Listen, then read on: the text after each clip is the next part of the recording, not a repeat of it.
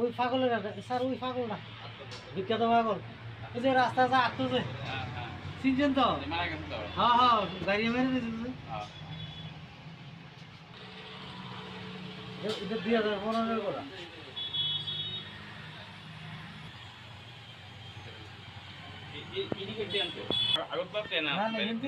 দাম বেশি নিচ্ছে, আছে তো, প্রচুর আছে। এই 1 ফুট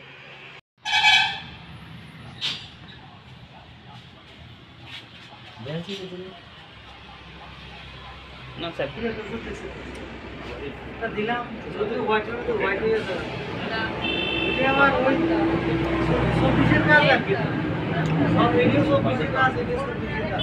এটা লেগে ফ্রেমিং এর দরকার মিলিয়ে রাখছি। আর এটা বাউলের কাজ আছে, অন্যরকম করে। আচ্ছা আচ্ছা, আয়ো।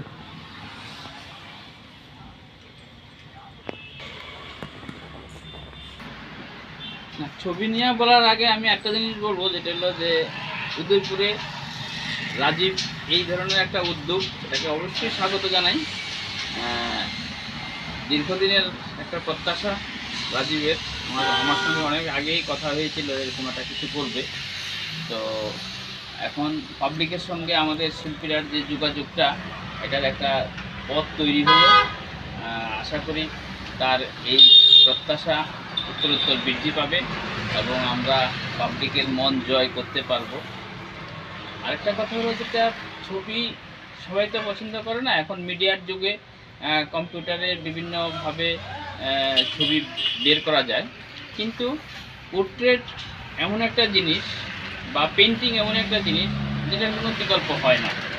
কম্পিউটার আধুনিকতা অনেক বাড়বে, কিন্তু পেন্টিং তার নিজস্ব জায়গাতেই থাকবে এবং এই সৃষ্টি কোনোদিন নষ্ট হবে না, এই সৃষ্টি কোনোভাবেই আটকানো যাবে না।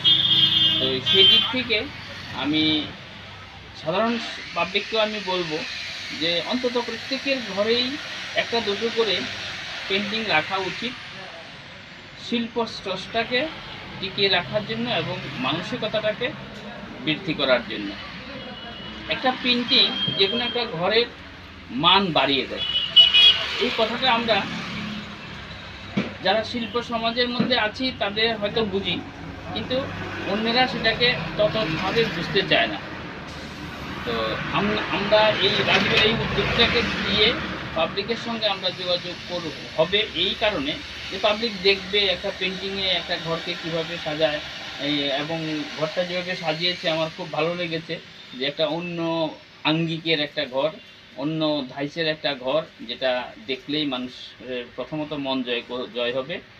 আর মানুষ যদি এইভাবে যদি কিছু পেন্টিং নেয়, তাহলে আমরা শিল্পী সমাজ বেঁচে থাকবো, শিল্প স্রষ্টা দিন বৃদ্ধি পাবে। বর্তমানে ডিজিটাল আর্টের একটা প্রকোপ চলছে, মানে সর্বত্র। এখানে ডিজিটাল আর্টের সাথে বর্তমান পেন্টিং এবং আর্ট অ্যান্ড ক্রাফট, তাতে কি কোনো অসুবিধা হচ্ছে শিল্পীদের?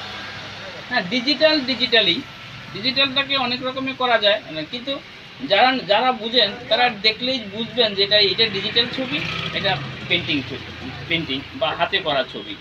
হ্যাঁ, তো ডিজিটালের জায়গাটাতে আমি বেশি এটা টাচ দিতে চাই না, কারণ হলো ডিজিটালের মতন ডিজিটাল প্রতিনিয়তই বাড়বে, এটাকে এডিটিং করে এখান থেকে কিছু নিয়ে ওইখান থেকে কিছু নিয়ে জোড়াতালি দিয়ে, ডিজিটাল সম্পূর্ণটাই হচ্ছে জোড়াতালি, বাংলা কথায় আমরা যেটাকে বলি জোড়াতালি দিয়ে একটা কিছু করা। আর পেন্টিংটা হলো শিল্পীর তার মস্তিষ্কের ভাষাটাকে পেন্টিংয়ে প্রকাশ করা। এই হলো ডিজিটাল আর পেন্টিংয়ের মধ্যে পার্থক্য। তাতে শিল্পীদের কোনো প্রবলেম হচ্ছে? মানে বিভিন্ন জায়গায় তো ডিজিটাল আর্টটা এটা কমার্শিয়াল ক্ষেত্রে ইউজ করা হচ্ছে, দেখা যাচ্ছে বিভিন্ন, একটু শিল্পীদের একটু সমস্যা হচ্ছে, এটা অবশ্যই, কারণ সেখানে রং তুলিতে কোনো প্রভাব পড়ছে বা ক্রাফটের কাজে কোনো প্রভাব পড়ছে সেখানে? ক্ষেত্রে কিছু কিছু কমার্শিয়াল ক্ষেত্রে কিছু কিছু প্রভাব পড়ছে, এটা অস্বীকার করা যায় না। কিন্তু যারা বুঝেন তারা ক্রাফটের কাজেই হোক আর পেন্টিংয়ের কাজেই হোক, যারা বুঝেন তারা পেন্টিংটাকেই নেবে, সিলেক্ট করবে। আসলে যাদের মানসিকতা পেন্টিংয়ের প্রতি আছে তারা এই পথেই হাঁটবে।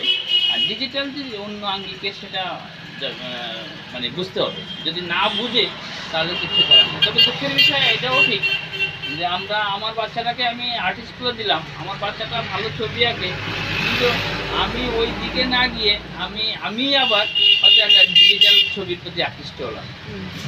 তো আমাদেরকে একটু শিল্পী সমাজটাকে আমাদেরও একটু কী বলবো এটাকে, আমাদেরও একটু প্রয়োজন আছে যে মানুষের সঙ্গে এই শিল্প সত্তা নিয়ে কিছু আলোচনা করা, বিভিন্নভাবে এক্সিবিশন বা বিভিন্ন পেন্টিং ওয়ার্কশপ এগুলি করে মানুষের সঙ্গে একটা জনসংযোগ সৃষ্টি করা, তবেই মানুষকে আরও আমাদের শিল্প সত্তার মধ্যে আনতে পারবে।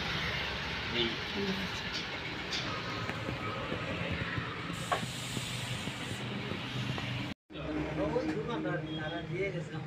আচ্ছা, এটা আছে কি তো মানিক রায় না? কি বলবে এই যে ছবিগুলি দেখার পর কি হয়েছে? ছবিগুলো তো দেখার পর খুবই ভালো লাগছে। প্রথমবার আমাদের উদয়পুরের বুকে এত সুন্দর একটা স্টুডিও খুলেছে। আমার মনে হয় এটা মানে আমাদের উদয়পুরে অনেক দিনেরই করার ইচ্ছা ছিল, হয়তো কেউই করতে পারেনি, কিন্তু রাজীব দাশগুপ্ত উনি করেছে। তো এটা সত্যি আমাদের জন্য একটা গর্বেরও বিষয় আর একটা নতুন নতুন জিনিস। আমি চাই উদয়পুরের প্রত্যেকে এসে বা আরও যারা আছে বাইরে তারাও এখানে আসুক, এসে ভিজিট করে যাক। আমার মনে হয় সবাই এটা ভালো লাগবে। আমার নিজস্ব তো বলছে খুবই ভালো লেগেছে, আবার আপনাদেরও ভালো লাগলে অবশ্যই আসুন, এসে এখানে ভিজিট করুন। এটার ঠিকানা হলো ব্রহ্মাবাড়ি মাতারবাড়ি রোড, উদয়পুর, গোমতী, ত্রিপুরা। আপনারা সবাই আসুন, একদিন হলো সময় করে আসুন, ভিজিট করে যান। এটা প্রতিদিনই খোলা থাকবে, আপনারা আসুন প্লিজ, এটা আমার অনুরোধ রইল সবার কাছে। নমস্কার। সাইকোলজি নিয়ে গ্রাজুয়েশন কমপ্লিট করছি, তারপর এখন বিএড করতেছি, আমার লাস্ট ইয়ার এটা।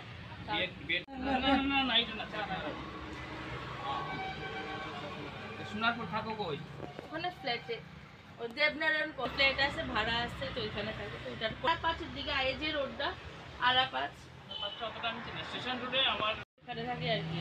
মানে তোমার স্টেশন রোড পারে আরেকটা আরও আসতে হবে, অটো দিয়া মানে আসতে হয়, মনে করো 10 টাকা 12 টাকা ভাড়া এমন। ওইদিকে তো সোনারপুরে একটু ভিতরে ঢুকলে মানে আমরার মতনই কথাবার্তা, ত্রিপুরার লোকে বেশি। হ্যাঁ। নমস্কার, আমি রাজীব দাশগুপ্ত। উদয়পুরে ক্যানভাস ড্রিমস ব্রহ্মাবাড়ি মাতারবাড়ি রোডে আমি একটা ক্ষুদ্র প্রয়াস নিয়েছি।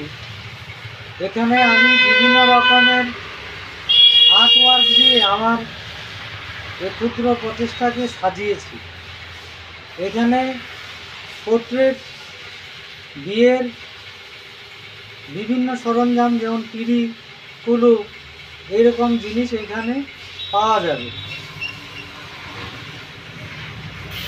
আর আমন্ত্রণ রইল, আপনারা এসে ভিজিট করে যাবেন। নমস্কার।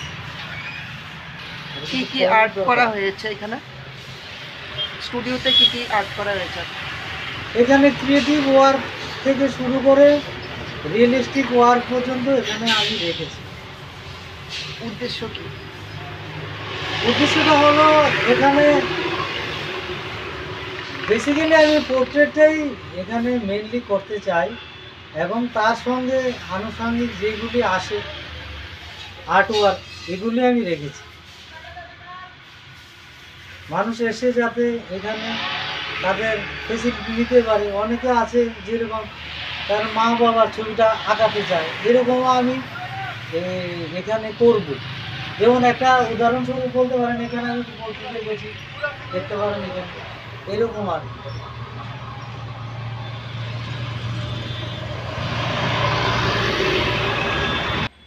আচ্ছা, আপনার ছবিতে যে কাজগুলি হয়েছে একটু যদি ডেসক্রাইব করেন, মানে কিভাবে কাজ করেছেন, কবে থেকে করেছেন, কীরকম ভাবে করেছেন?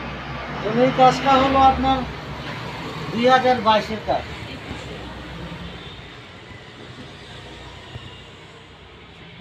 এটা একটা ক্রিয়েটিভ ওয়ার্ক, এটা পোর্ট্রেটকেই আমি একটা অন্যরকম রূপ দেওয়ার চেষ্টা করেছি আর কি। আসলে বেসিক্যালি এটা বাউলের যে ভাবধারা, সেই ভাবধারাটা নিয়েই আমি পোর্ট্রেটটাকে সাজিয়েছি এই কাজটা। এখানে যে সাজানো কাজগুলি হয়েছে এগুলি বেসিক্যালি কিভাবে করা হয়েছে এবং কবে থেকে করা হয়েছিল কাজগুলি শেষ করেছেন, কি রং ব্যবহার করেছেন?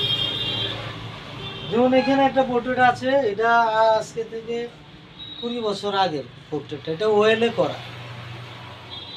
এটা করতে আমার অনেক টাইম নিয়েছিল, প্রায় 1.5 মাস টাইম লেগেছিল এই কাজটা করতে। এটা ওয়েল পোর্ট্রেট বেস কাজ আর কি। এর সঙ্গে যে কাজটা রয়েছে এটা 2023-এর কাজ। এটাকে পাখির রূপ দেওয়ার চেষ্টা করেছি, এটা অন্যভাবে দেখাতে চেয়েছি। বিভিন্ন কালার ইউজ করেছি, এখানে একটু কালারফুল করতে চেয়েছি আর কি।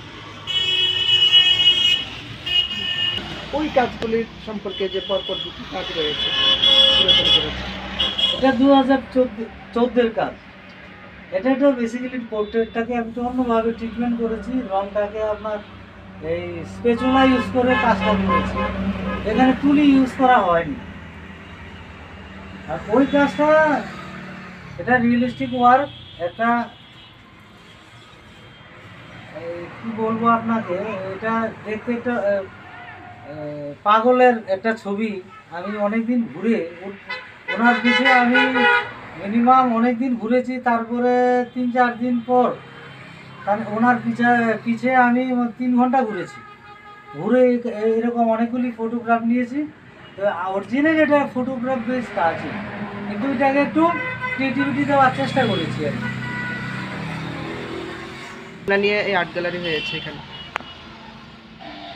নিজস্ব উদ্যোগে একটা আর্ট গ্যালারি করলেন ক্যানভাস জিম থেকে। উদ্দেশ্য হলো আসলে উদয়পুরে এরকম একটা আর্ট গ্যালারি নেই বললেই চলে, যেখানে ছবি ঝুলানো যায়, যে প্রদর্শনী হয়। তো ভাবলাম ছবি তো অনেক করলাম, কিন্তু এগুলি দর্শক তো নেই। তো ভাবলাম এগুলিকে দর্শকের সামনে একটু আনতে প্রয়াস করেছি। আমি করেছি, আগামী দিন আরও অন্য আর্টিস্টরা অনেক চেষ্টা করবেন। যদিও পরিসরটা অনেক ছোট, তবে আমি ক্ষুদ্র প্রয়াসই প্রথম একটু চেষ্টা করলাম আর কি।